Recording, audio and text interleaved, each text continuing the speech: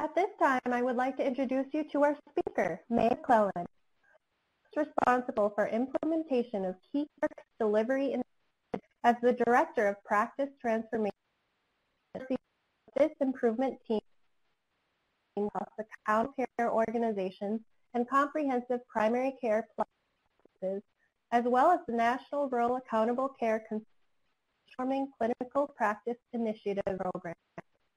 Throughout her career, Maeve has focused on bringing population health principles to healthcare. She has experience in the Rural Health Clinic and Critical Access Hospital programs, rural-specific quality actions, safety net programs, systems change in delivery and health policy. Maeve is a certified professional in healthcare quality.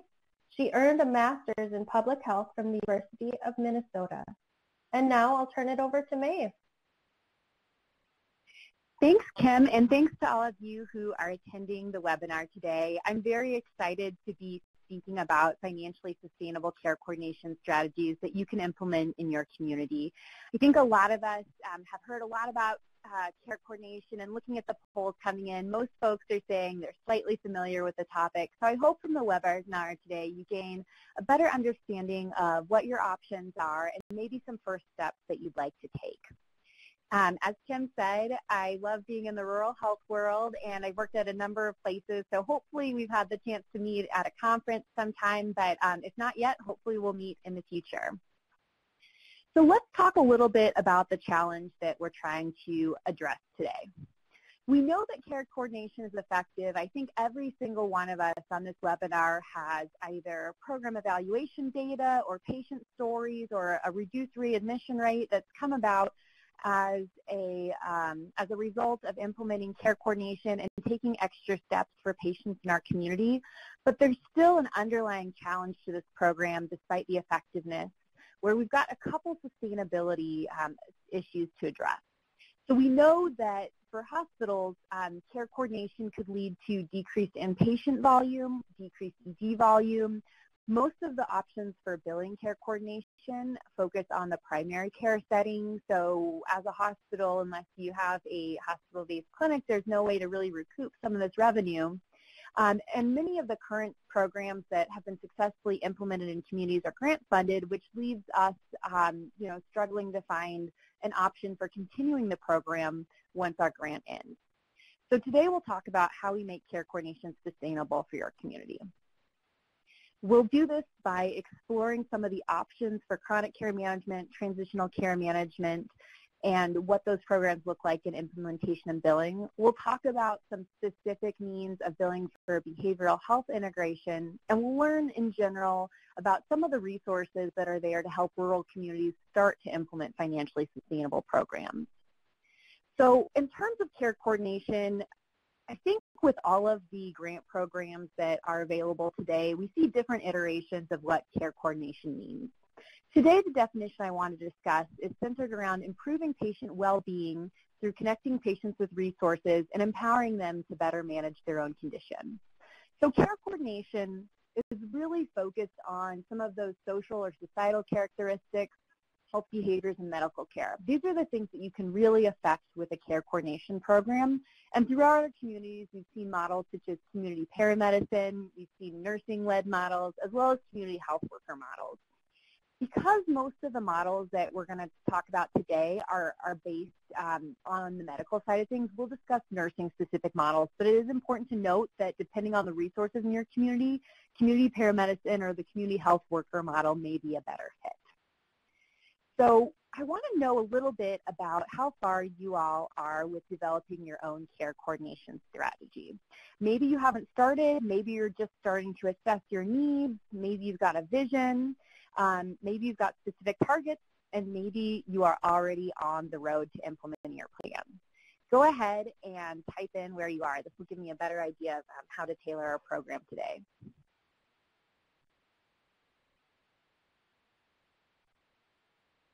All right, we'll give it a couple more seconds there. It looks like we still have a couple folks coming on in with the responses. Okay, good. So it looks like the majority of you who have responded so far are saying about 26% are saying haven't started, 15% are saying gathering data to make a plan, 31% saying we've got a specific vision but no specific plans, and then a couple people with targets and a couple people who are already on the way. Great, thank you for responding. So it sounds like most people are at the beginning of their journey with planning out their strategy for care coordination. So let's talk a little bit about the why behind why people are looking at a strategy here in order to help tailor what you want to be addressing.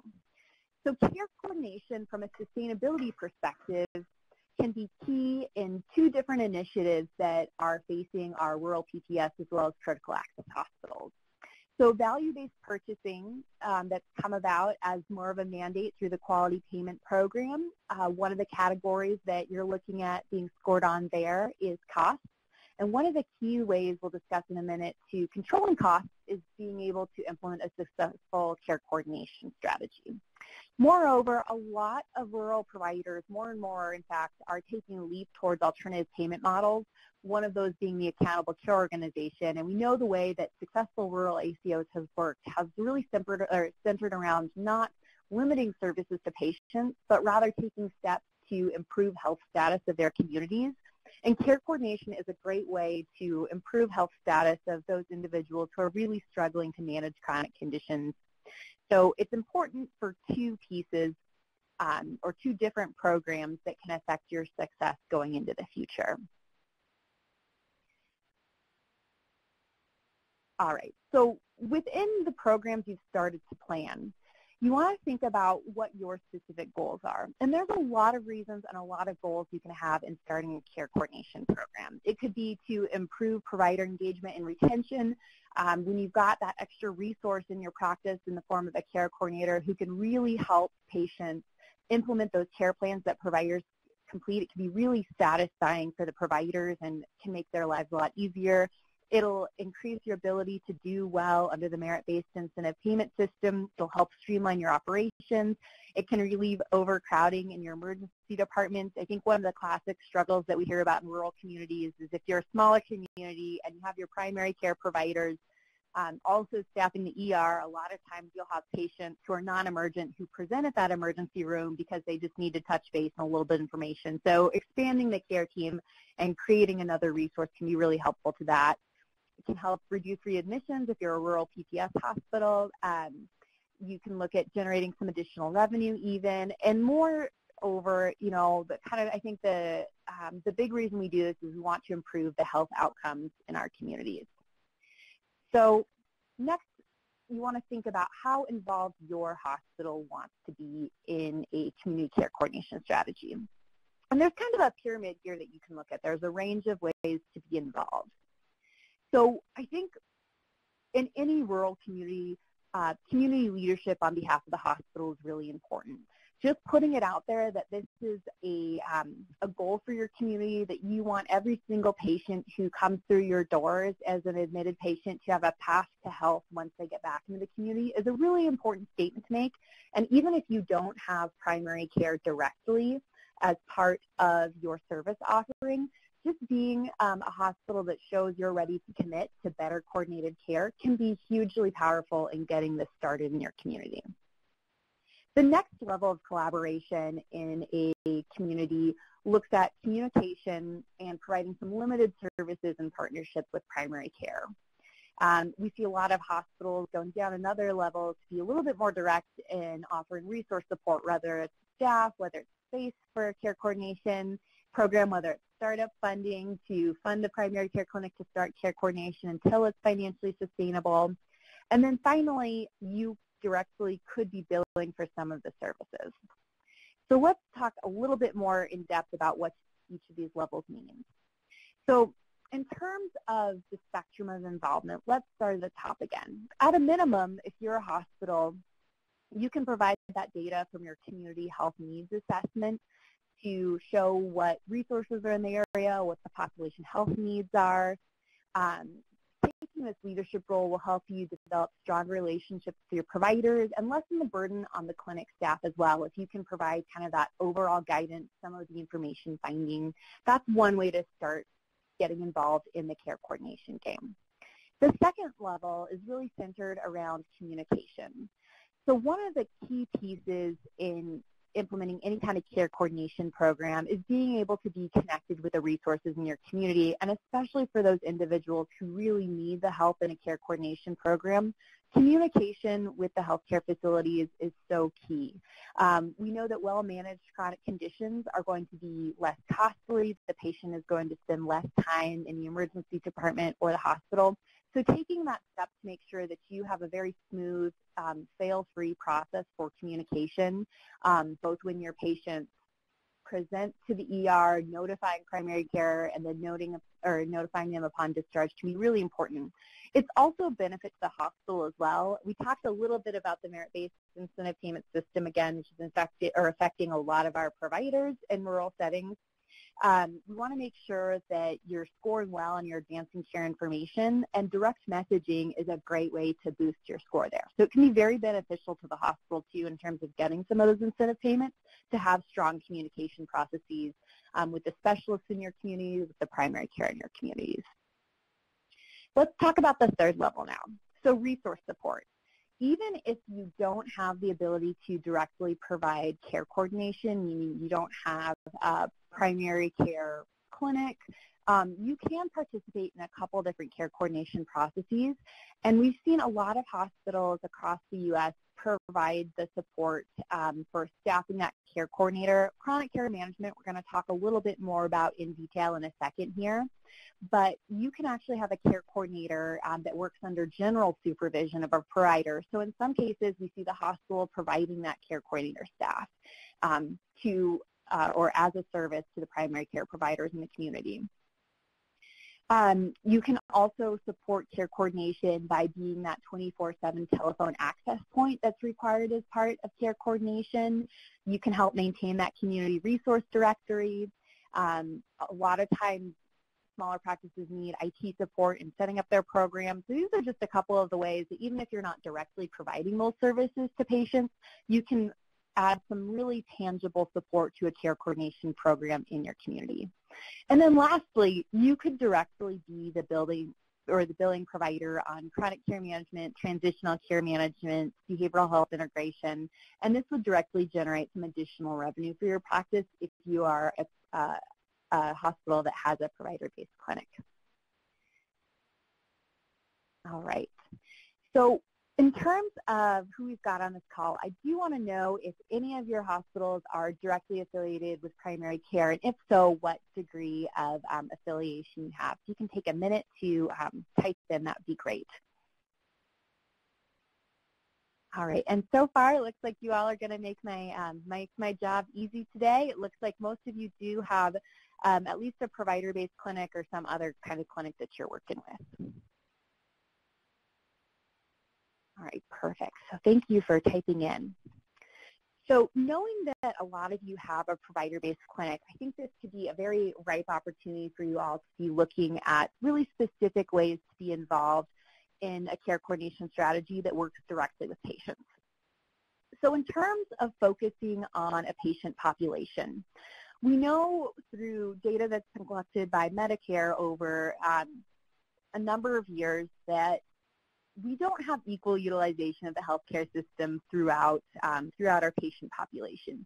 We know that the top 1% of our sickest patients use about 23% of the resources. When you expand that to looking at the top 5th percentile, that's about 50% of the resources in our healthcare system.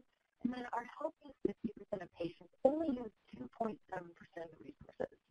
So when you start to think about the care coordination program, one of the things you really want to be thinking of is who are those patients who are consistently presenting? Maeve?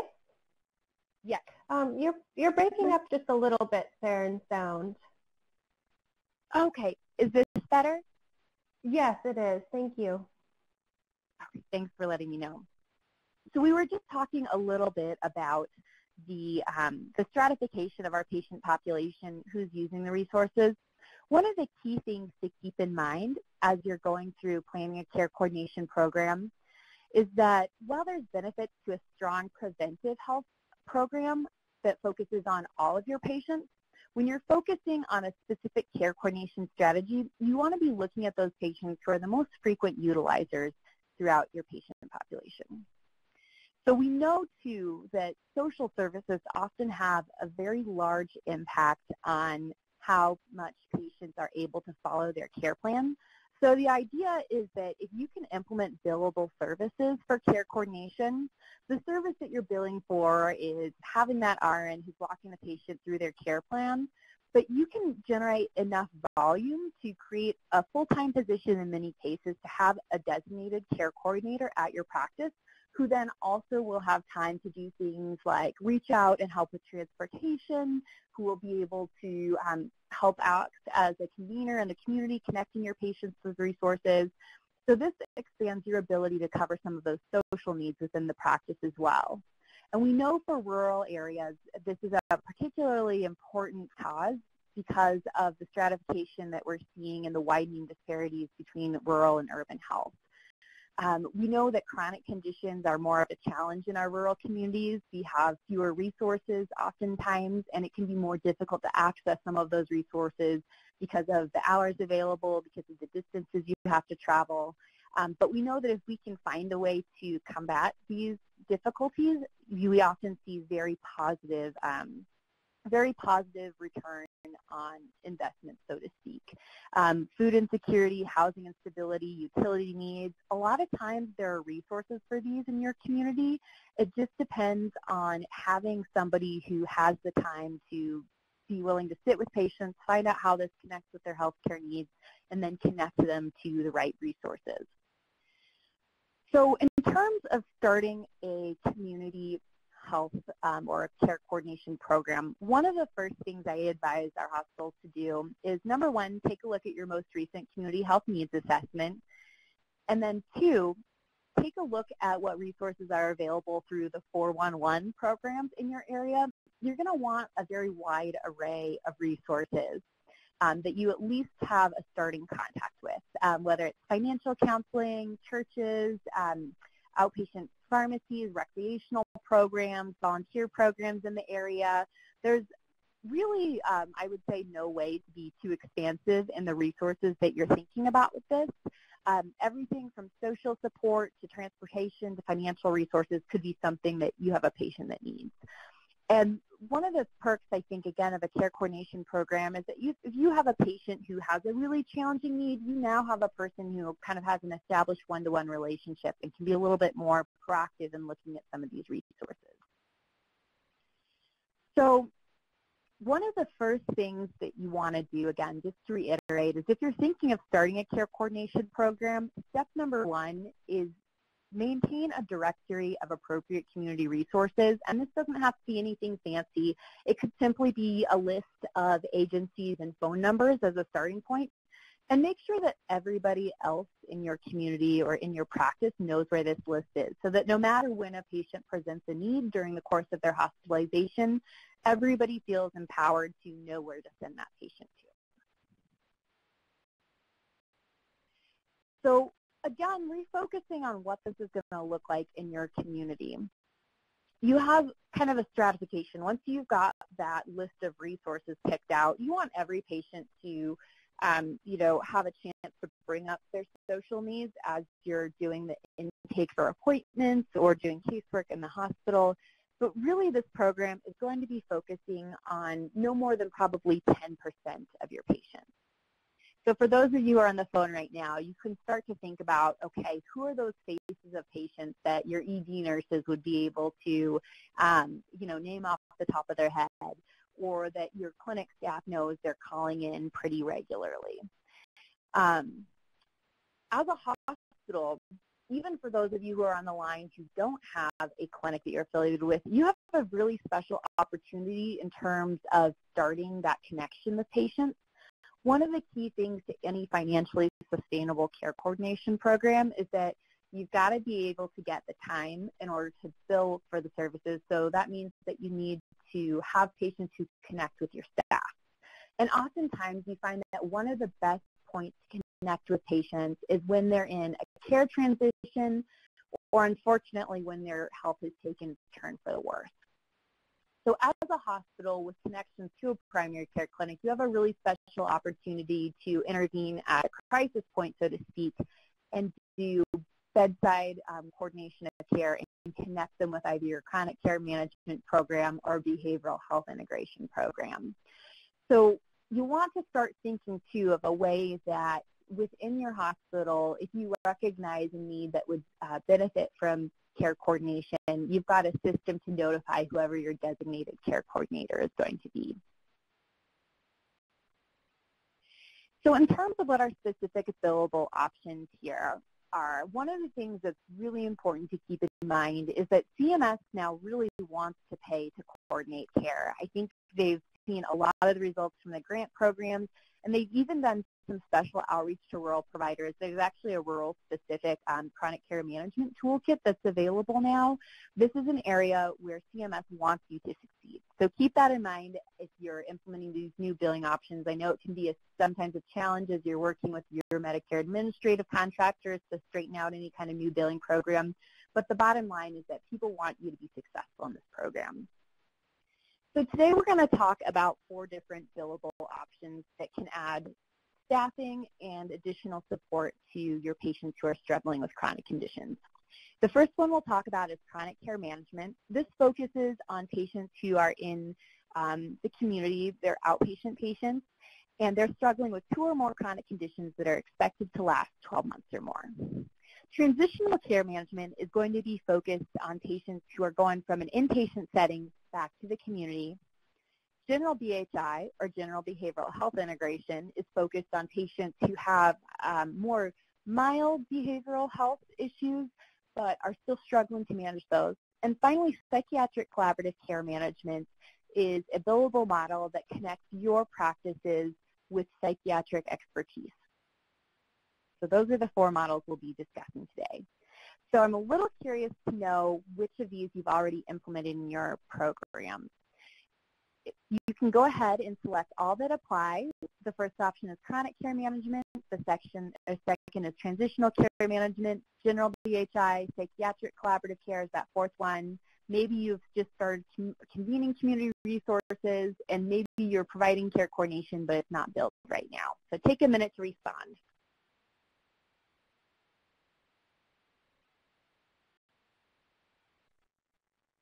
Maeve, I apologize, but I don't think that people can select more than one answer the way that I set them up. So sorry about that. It probably won't be super accurate. Okay, that's totally fine. All right.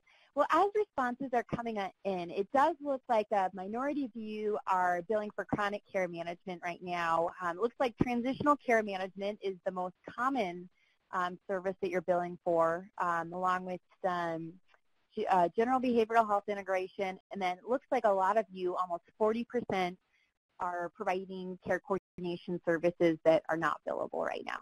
So it looks like there's a really good opportunity here for people to be getting a little bit more revenue for this program and make sure that services are sustainable. So one of the most important things, I think, in the rural health world as you're looking at implementing new services is sustainability of the program. We know that in our rural communities, if you're not here to serve patients, oftentimes nobody will be. And one of the things that we really focus on at the National Rural Consortium, and I know a lot of our rural health partners who are doing technical assistance focus on, is making sure that anything you implement is financially sustainable. So we do have some tools. If you're interested, please get in touch with me after the webinar that can help you project out, based on my patient population, what's a realistic staffing model that I can use to make this financially sustainable. So there's a couple of different ways that you can build services into this model. Let's talk about chronic care management, because I think this is one of the biggest opportunities for rural practices. So chronic care management is a care coordination focused program that means that you provide at least 20 minutes of clinical staff time that's conducted under general supervision of a physician or provider in 1 calendar month to those patients who have 2 or more chronic conditions and They're chronic conditions that can place the patient at significant risk of exacerbation of the condition. You also want to make sure that you have a comprehensive care plan for this patient that your clinical staff are using to carry out their activities during those 20 minutes of time. The great thing about chronic care management for rural communities is that this is not face-to-face time. This is time that can be provided over the phone. You've got a lot more flexibility in how you're connecting with the patient. So if you have a patient who's maybe started some new medications for their diabetes or their hypertension, this gives you or your clinical staff the ability to call, spend a couple minutes on the phone with the patient for the first couple weeks, just to follow up and see how they're doing. And oftentimes when I'm talking to communities that haven't implemented chronic care management yet, they are already doing this for their patients, but they're not billing for it. So this is a really good opportunity to get more revenue for the work that you're already doing. In terms of what care coordination can do for your providers, one of the things that we hear a lot of times from providers is that initially they're skeptical of the program. They say, you know, why would I want to be billing my patient for a service like this? It's something that we already do. It's really important to iterate, I think, when you're working with providers that this is something that's going to make the service sustainable and will actually allow them to hire more staff so that you can continue to provide this and the staff aren't overworked. It'll help patients be more informed and engaged in their conditions. It can be kind of a first foray into really truly focused team-based care. It will really help patients adhere to their care plans. And because patients better understand their diseases and are better managing their diseases, this can help improve visit efficiency, which we all know, I think all of us have a lot of overworked providers. It'll help with their overall workflow as well. We also, more important than I think anything else on this list, know that chronic care management helps improve patient outcomes. So in terms of the evidence that we've seen behind chronic care management, we've seen reductions in ED utilization, and we've known that collaborative goal setting, which takes place as part of the chronic care process with that care plan that's developed, helps patients actually set realistic goals and really understand how to reach those goals as well. So again, when you're thinking of the patients, I think the easiest way to get buy-in for a chronic care management program in your practice is to sit down with your ED nurses or with your doctors in the primary care clinic and to say, you know, let's think of the faces of our patients. Who are those patients who are calling into the practice pretty consistently presenting at the ER for exacerbation of chronic conditions, or are those patients who, you know, you see them in clinic and you know they could be doing a lot better if only they had a little bit of extra help connecting with resources. These are the patients that you want to start thinking of when you're looking at starting a chronic care management program. So in terms of billing specifics, and again, I encourage anybody who wants to get more into the billing, we're covering a lot of services in this program, but there's a lot of places you can reach out to for help, and we'll go over additional resources towards the end of the webinar. This is just a brief overview of CMS billing requirements for chronic care management. In general, you're going to need a supervising provider who can be a physician or any of your advanced practice providers. You want to have clinical staff who are part of this. So one of the questions that I commonly get is, you know, can my front desk staff use this time for prior auths, things like that? This is really focused on clinical care of the patient rather than some of those more administrative tasks. You'll be billing under Incident 2 rules. You have to have a way to provide 24/7 access. So again, this is where a lot of hospital staff is really key in terms of having a 24/7 hotline that patients can call into for triage or questions about their condition. You only want to be doing this for patients that you've seen in the past 12 months, and you have to make sure that patients understand that this is a service that is billable, so they will see a copay for this service. All right, so in terms of what the billing opportunities are here, We'll take one slide to talk about what this looks like in fee-for-service billing, and then we'll also talk about what this looks like in rural health clinic billing. So for those of you with provider-based clinics that are billing fee-for-service, there's a couple different codes you want to be aware of. You've got your basic code, the 99490, for patients that only take about 20 minutes of time, and that's usually a reimbursement of around $43 a month. Of course, like any Medicare fee-for-service physician fee schedule payment, this varies by geography, so always check with your MAC before you're expecting a certain rate. This program can also be expanded to patients with more complex needs. If you have patients who take a lot more time to manage and have a lot more specialized needs, there's also options to be billing this for 60 minutes of time with additional add-on time for those patients who take longer. So this is an example of how CMS is really trying to expand access to this program and make sure it's a good fit for your patients. They started with just this basic chronic care management code, the 99490, and then just recently opened up to include complex CCM in the past year. So it's a sign that CMS is really trying to push the service and make sure that it's a financially sustainable option for providers to work with their patients and help coach on chronic care management. For RHC coding and billing requirements for CCM, they made a big change in this past year. They used to have RHCs billed CPT 99490, but now they've changed it up for both RHCs and SQHCs so that you're now billing a G code.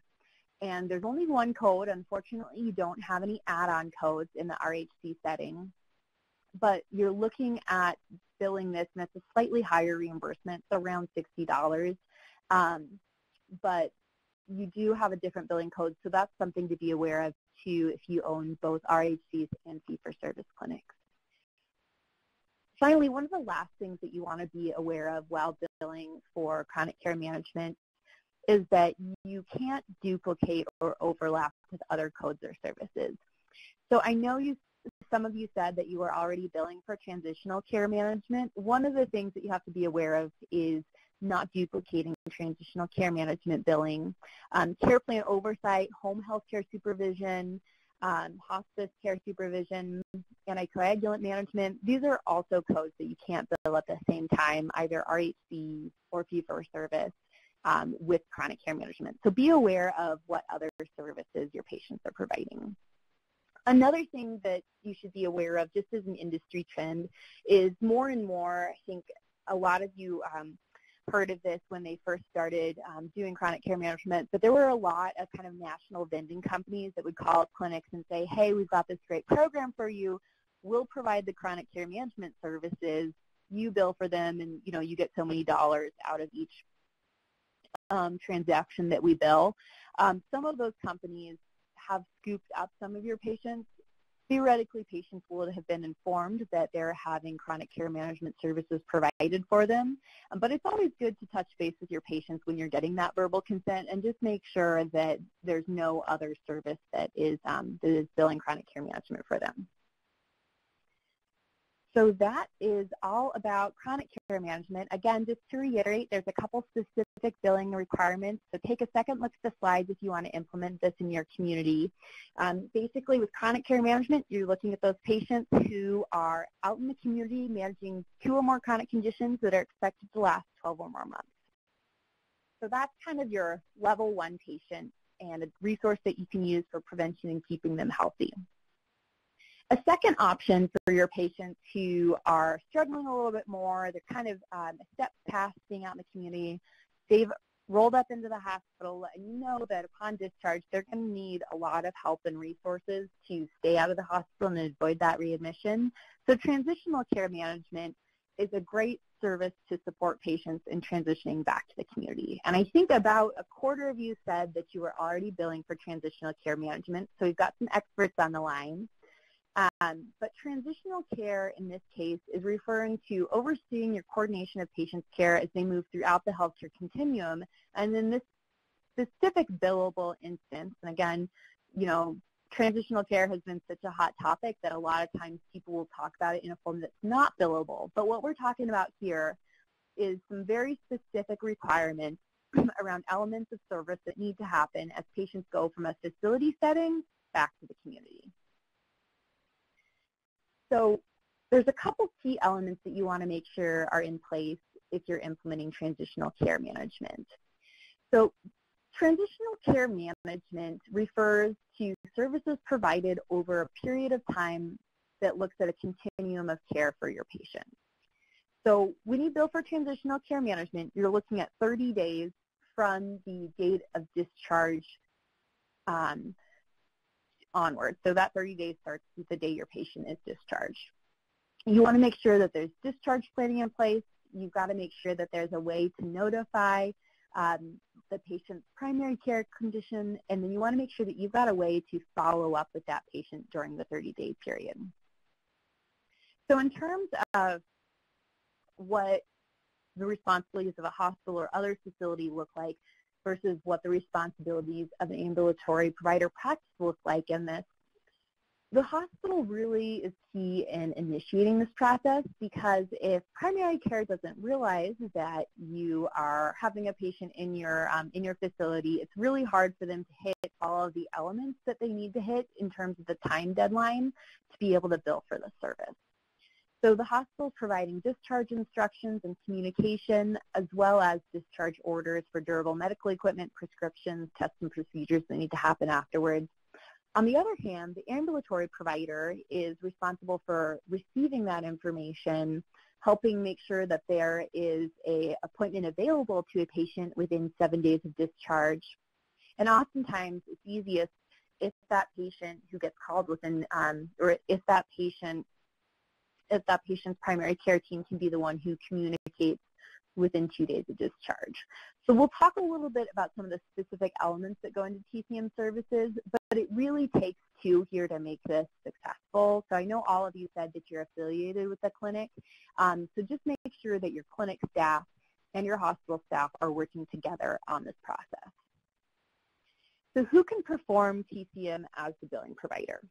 So physicians and providers of any specialty can provide these services as long as it aligns with their state scope of practice as well. You have to keep in mind, too, that regardless of whether you're in a fee-for-service setting, a rural health clinic setting, or an SQHC setting, you have to have face-to-face provider time during the appointment that's the follow-up appointment. So this is something that does take a lot of provider time to make sure things are straightened out. So one of the key reasons that we advocate for transitional care management is that we know that the highest vulnerability to readmission occurs within 7 to 11 days post-discharge. So with transitional care management, the idea is that you have a follow-up call to the patient within 2 days of discharge, and that you have a face-to-face appointment within 7 days of discharge for your high complexity patients and 14 days of discharge with your moderate complexity patients. As a best practice, in order to streamline this work, I recommend that you have patients in within 7 days of discharge. I think sooner is better for this. With transitional care management, you can bill sooner than the 30-day period typically. So you want to make sure that as a best practice, you have availability to see patients within 7 days of discharge. So there's two ways that you can bill transitional care management depending on the level of medical decision making. Again, there's a difference in reimbursement here based on complexity of patients, and it's two different codes that you're looking at, again, corresponding to complexity. With billing, you're looking at a 14-day or within 14 days of discharge visit for moderate complexity patients, and face-to-face within 7 days for your high complexity patients. Again, the reimbursement general physician fee schedule is about $160 for moderate complexity and $230 for high complexity. It's important to make sure that your patients know that a 20% copay applies. MedRec is a really key process in this billing, in this series of billing elements. You want to make sure that you've got somebody performing that. And again, you need to have a face-to-face visit with your providers within 7 days. So RHCs and FQHCs can bill for transitional care management as a standalone visit.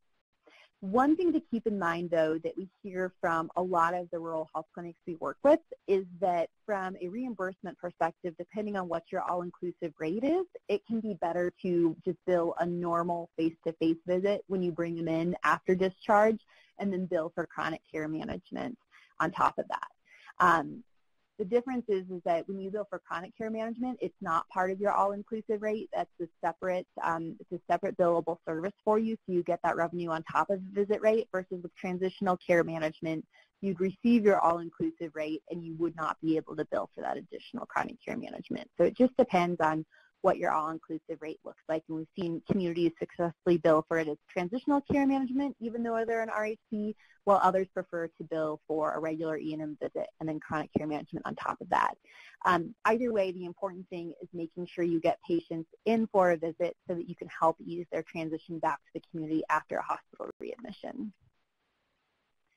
So one of the barriers that I hear for patients, for practices in implementing any kind of transitional care management program is communication.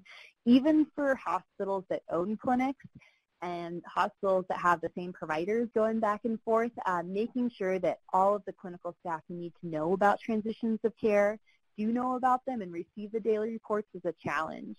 So make sure that for every facility that you receive patients from, you have a communication plan. Again, I think transitional care is a really great opportunity for advancing care information and making sure that you can electronically send summaries of care.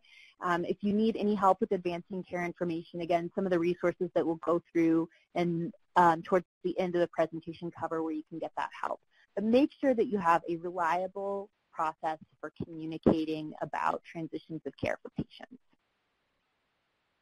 So throughout the transitional care management process, you're looking at 30 days following discharge, and you want to make sure that you have a way to communicate with the discharged patients, and that as patients are admitted to the hospital, it may seem like something that's a given, but making sure that you know who each patient's primary care provider is, and it's recorded in the same place in your EHR field so that everybody knows how to initiate that communication. You want to make sure that you've got a strong process as well for connecting the patient with that appointment with their primary care provider too.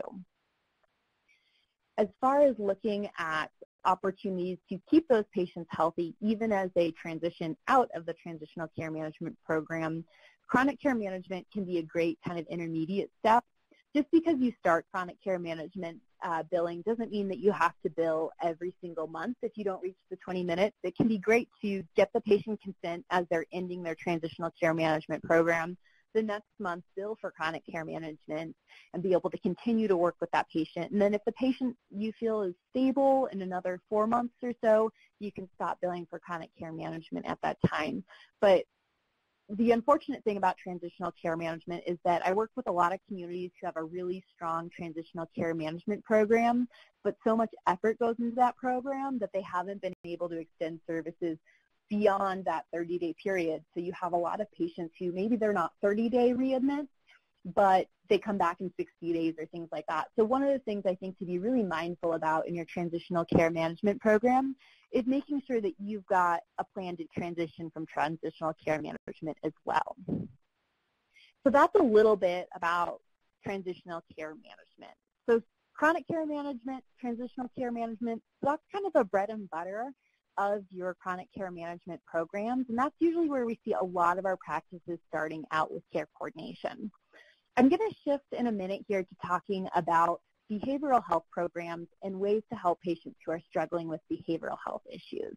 Now, these programs are newer programs, but one of the things that I think is really cool about the behavioral health options that we're going to present here is, again, they're billable on CMS, and they were tested frequently at the University of Washington Ames Center, and they're specific to rural models. These are models that were really designed to increase access to behavioral health expertise in areas where it's harder to get.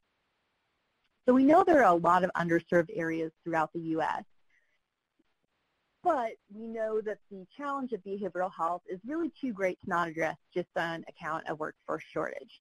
So recently, a lot of studies have gone into how do we extend our psychiatric and behavioral health expertise, because we know that patients With psychiatric conditions are almost 5 times more likely to be frequent emergency room users. They're more likely to have poorer health outcomes in their chronic conditions. There's a lot of reasons that we want to be able to do a better job of supporting patients with behavioral health needs.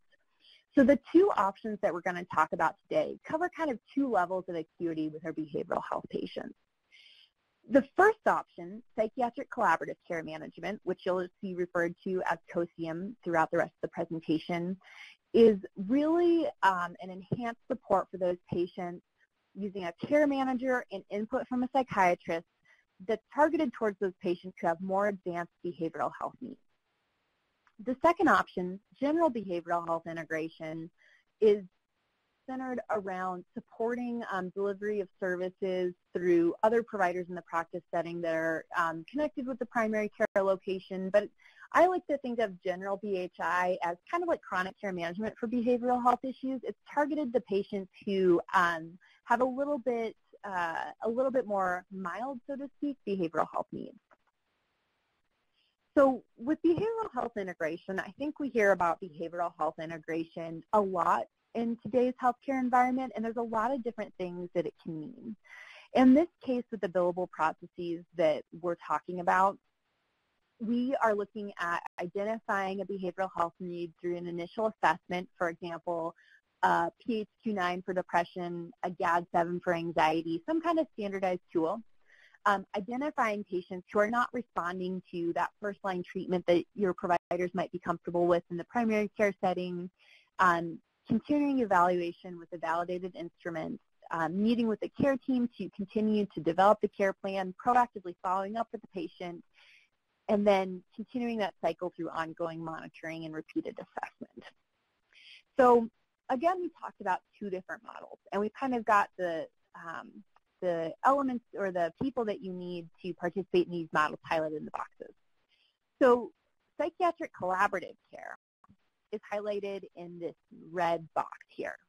Psychiatric collaborative care takes 4 people to implement. At the very center of it all, you have your Medicare beneficiary. Again, this is a Medicare beneficiary who has more advanced behavioral health needs, and they're really struggling with these needs in the primary care setting. But at the same time, maybe the primary care provider is the only option in the community. Maybe there's a 6-month wait or longer to see a psychiatrist. Maybe the psychiatrist is a 2-hour drive away. This is a patient that you would really like to get psychiatric expertise for, but for whatever reason don't have access. So the person that works most frequently with this patient who's struggling with their behavioral health needs is the behavioral health care manager. This care manager is somebody who has specialized training in behavioral health, and that doesn't mean psychiatrist or psychologist. This can be a nurse who, as part of their nursing education got behavioral health training, who's really this care manager who's recording progress in a care registry. They're communicating regularly with the primary care provider, who's the billing provider in this case. And then you've got a psychiatric consultant who's kind of the dotted line in supporting the billing provider with expertise. One of the things that's really different about the psychiatric collaborative care model is that the psychiatric consultant, who could be a psychiatric NP, psychiatric PA, or MDDO, doesn't directly interact with the beneficiary. This model is, I think, particularly effective because it kind of gets rid of some of the stigma of behavioral health treatments, where all of the treatment for the beneficiary is received in the primary care setting, and they principally work with their primary care provider and their behavioral health manager. In general BHI, it's a little bit more centered around just the primary care team. You have the option to use a psychiatric consultant, but more you're focusing on, is that patient responding to that depression treatment that you set up? Are they getting out of the house? Are they seeing a counselor? Are they kind of executing that care plan? Again, it's a lot more similar to chronic care management than it is to psychiatric care management. So in terms of the key elements of psychiatric care management, again, this is the higher acuity option. It's important to recognize that it's not telemedicine. You do not have to have the psychiatrist that you're using licensed in the state that you are practicing in. You want to make sure that you have an initial assessment using a validated scale. You've got care planning that's done by the primary care team in consultation with that psychiatric consultant, and that you've got a care manager who's performing systematic and proactive follow-up and using a registry to go through case review with a psychiatric consultant. The payment goes to the primary care provider, who's the billing provider and the prescribing provider in this service. So the psychiatrist never bills the patient. Typically what we see in terms of how psychiatrists and primary care work out this arrangement is that they have some kind of contract where the psychiatrist is paid time-based for consultation time. So this is a new model, but it's something that's been thoroughly evidence-tested throughout about 80 different studies. This originated at the University of Washington Ames Center, and they have a fabulous website that we'll go over during the resources section to talk a little bit more about this for practices who want more detail. We know that these patients who have psychiatric needs are often higher maintenance. So they do have more generous time reimbursement for managing these patients. With initial psychiatric collaborative care management, they're figuring you're spending 70 minutes. With subsequent months of psychiatric collaborative care management, again, this is billed every month. You're looking at about 128. Again, this is subject to regional variation. And then you have the option, again, to add on 30-minute increments of time. Behavioral health care management is, again, more similar to chronic care management in terms of level of acuity of the patient, so it's a little bit of a lower reimbursement. Again, both of these options are billable in the RHC and FQHC setting, but this is a G code that's used here. So chronic care management was G0511. Behavioral health needs are G0512. So one of the things to keep in mind is that if you're billing psychiatric collaborative care management in an RHC and FQHC, you use the 12 code. If you're billing general BHI, you use the 511 code. So that's one distinction to be mindful of. Again, the requirements for billing are pretty similar to what you see with a chronic care management patient. You have to have verbal consent from the beneficiary. You have to let them know that a copay and deductible will apply to these services.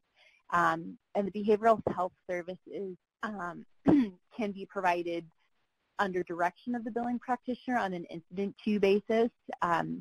You want to make sure that you know that general BHI is subject to applicable state law, licensure, and scope of practice like any service you provide. And you want to make sure that you're only providing this service to patients who you've seen within the past year. So some of the evidence behind this behavioral health model, so it's new, and I think a lot of folks kind of doubted it first, saying, how could I be managing a psychiatric complex patient if I don't have a psychiatrist right there by my side? There's been a lot of studies that go into this, and if you think of the scenario that we see so often in our rural communities, where you're struggling to manage these patients independently because there's a 2-year, 6-month, however long wait time to see psychiatric care, this is kind of a bridge that can help your patients while they're waiting for more advanced help as well.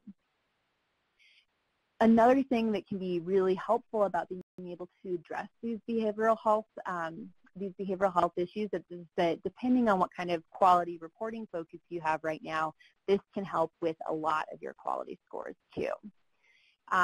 In terms of next steps for this approach, you want to decide which service you're implementing first. Most practices I work with don't implement general BHI and psychiatric collaborative care management at the same time. They usually pick one to focus on just to make it a little bit easier for their staff. And you want to make sure that you're not billing both BHI and COSIUM for the same patient in the same month. Again, this slide just summarizes what you want to be billing if you're an RHC or an FQHC for care management. We went over that already, so I won't spend too much time there. But it is really important to know that for a lot of these care coordination resources, there are specific elements that Medicare is looking for, but there's also a lot of good help to get you comfortable with these services. So I'm going to dive into some of those resources as we get close to the top of the hour. As I mentioned at the beginning, CMS is really trying to push chronic care management. They've got a CMS-specific resource page with information on transitional care management, behavioral health integration, and CCM, focusing on kind of all 4 of these services. They also have a toolkit that's specific to rural care as well, so I'd encourage anybody who's interested to check that out. The Rural Community Health Gateway is another fabulous place to go to look at case studies and toolkits for communities who have successfully implemented behavioral health programs or chronic care management programs. They've got some good models, and they're always happy to connect you with communities who have started to implement these programs.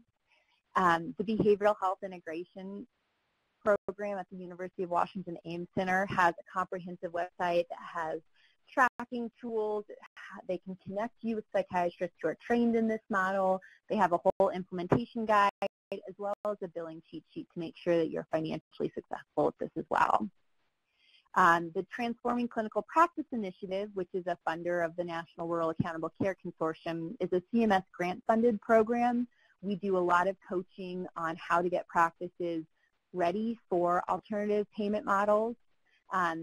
We do coaching on the merit-based incentive payment system. We do coaching on how to get practices started with chronic care management programs. So that's another website that I would encourage you to check out, and I'm always available for questions as well. So to summarize next steps that you want to be looking at now that we've gone through some resources, you want to start by assessing the needs and services that are currently provided in your community. You want to determine on that spectrum of care what role your hospital will play. You want to seek out the resources. So again, Practice Transformation Networks, the Rural Health Information Gateway, the Transforming Clinical Practice Initiative. There's a lot more detail to some of the things we talked about. This presentation was meant as more of an overview to give you some of the options that are out there for billing. We can help you come up with specific plans for how you're going to implement these services. You want to start by implementing your pilot program. Again, there's a lot of great tools out there that are focused on helping you have kind of a plan, do, study, act template for looking through all of the billable elements and getting started with this program. And you always want to be iterating your program, evaluating and refining the program over time. So those are a quick summary of next steps that you want to be looking at. Like I mentioned, there's a lot of detail, but there's also a lot of help available. I'm always happy to be able to answer questions on an ongoing basis, even if our program's not a fit for you. So please don't hesitate to reach out if there's anything that I can do to help. And I know Kim is always happy to put you in touch with me as well in case you didn't get my email. So I want to thank everybody for their time today. I'm happy to take questions through the chat box, but at this time I will pass it back to Kim. Thank you so much, Maeve. That was an excellent presentation with so much good information. As I said in the chat box, the slides for today's webinar can be accessed on the webinar playbacks page, or it is also in the Outlook invite for this webinar. At this time, I ask that you complete the short online assessment for this webinar. Please use the links on the screen to register